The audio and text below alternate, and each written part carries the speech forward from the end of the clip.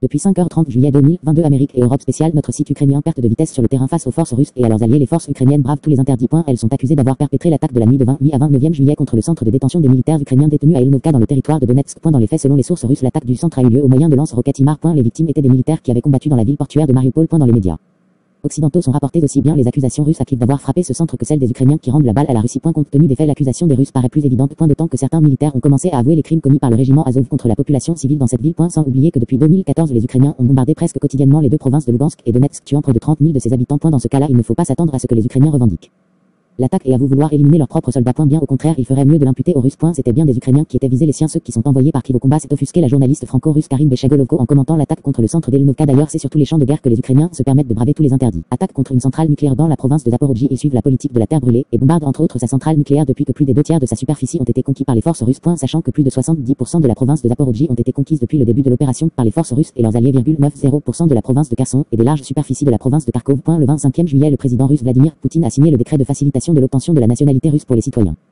des deux provinces de Kherson et Zaporojie. Concernant la ville de Kherson, selon les renseignements militaires britanniques, elle serait isolée des autres territoires conquis par les Russes. Eau empoisonnée et mine interdite. Lugansk, les troupes ukrainiennes sont accusées d'avoir empoisonné les puits d'eau de la ville de Popasneia en y jetant du fioul en la quittant. Selon le commandement de ces forces, pendant leurs attaques contre Kivski et Koipelski, les forces armées ukrainiennes ont lancé plusieurs mines anti-individuelles sous les pieds des résidents de la ville.